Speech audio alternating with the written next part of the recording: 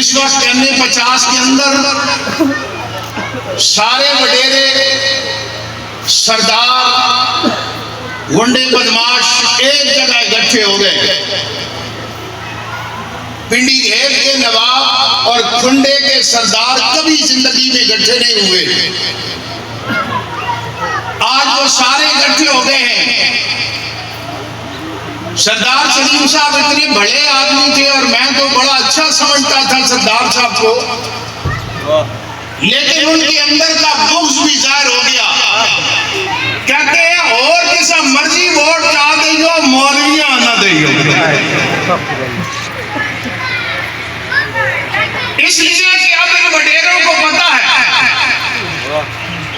कि कौम अगर दीन के नाम पर खड़ी हो गई तो हमारी सरदारियां खत्म हो जाएंगी। मलक एतबार खान साहब के पास नून लीग का टिकट है,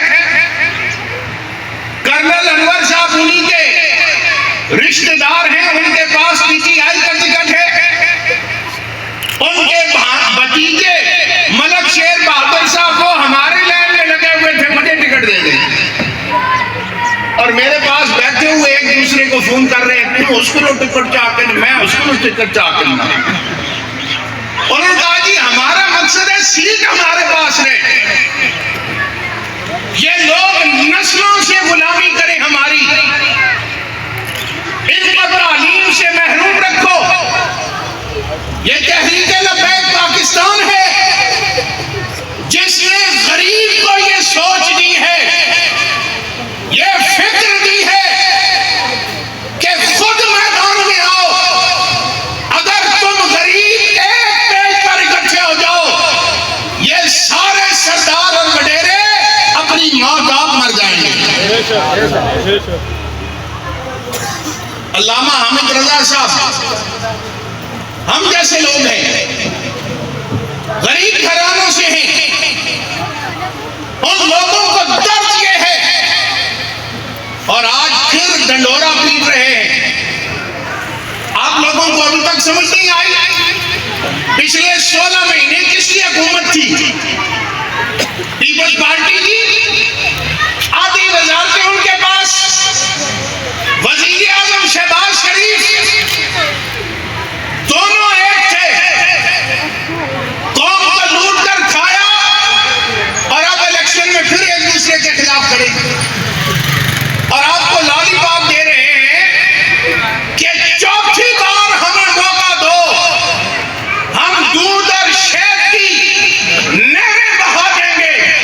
जिन्होंने 40 साल में एक ऐसा अस्पताल नहीं बनाया जिसमें इनका अपना इलाज हो सके, वो मजीद 40 साल और कुछ नहीं कर सकते। इनके अपने कारोबार नुकसान में क्यों नहीं जाते? PIA नुकसान में जा रहा है या नहीं जा रहा? जा रहा है ना। और एयर ब्लू पैसे कमा रही है या नहीं कमा रही? एयर ब्लू भी पाकिस्तान से उड़ रही है, लेकिन उसको चलाने वाला कौन है? शाहिद खाकान, साबका वजीर आजम नून लीग का। कौन ये सवाल तो करे कि जनाब PIA क्यों नुकसान में है और आपकी प्राइवेट एयरलाइन क्यों मुनाफे में जा रही है? इसलिए कि PIA पे पैसा कौम का लग रहा। और एक और बात कही जाती है, हमने पाकिस्तान को डिफॉल्ट होने से बचाया है। अच्छा डिफॉल्ट होगा तो क्या होगा भाई? आपने और हमने तो 2 रोटियां ही खानी, हमें क्या तकलीफ है? ज्यादा से ज्यादा यही होगा, पेट्रोल लाइनों में लगकर मिलेगा। कौम वैसे भी लाइनों में लगने की आती है, लेकिन इन्होंने अभी अमेरिका IMF से अरबों डॉलर का कर्ज क्यों लिया है? अभी यहाँ पर इफ्तिखार खान साहब आए थे, मिठू खान साहब, वो कह रहे थे कि हुकूमत ने हमें 25-25 करोड़ देना था, मंजूर तो हमने ही कराया है, लेकिन अब निगरान हुकूमत वो गलियां और सड़कें बनवा रही है। यानी अगर एक MPA को 25 करोड़ मिल रहा से माल इसीलिए लिया गया?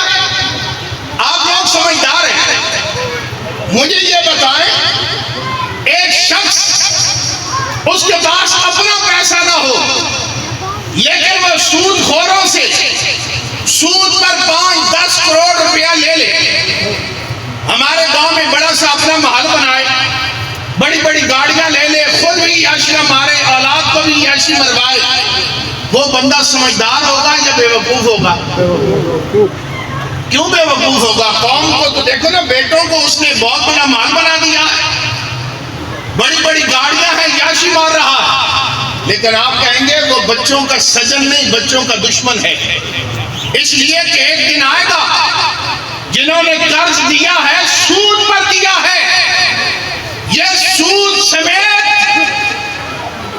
कर्ज वसूल करेंगे, ये घर हाथ से निकल जाएगा, गाड़ियां बिक जाएंगी, औलाद धक्के खाएगी, कहते हैं मोटरवे बनाया है, कौन सा कमाल किया है, जितना पैसा मोटरवे के लिए बाहर से कर्जा लाए हो, आधे से ज्यादा तुमने खुद खा लिया।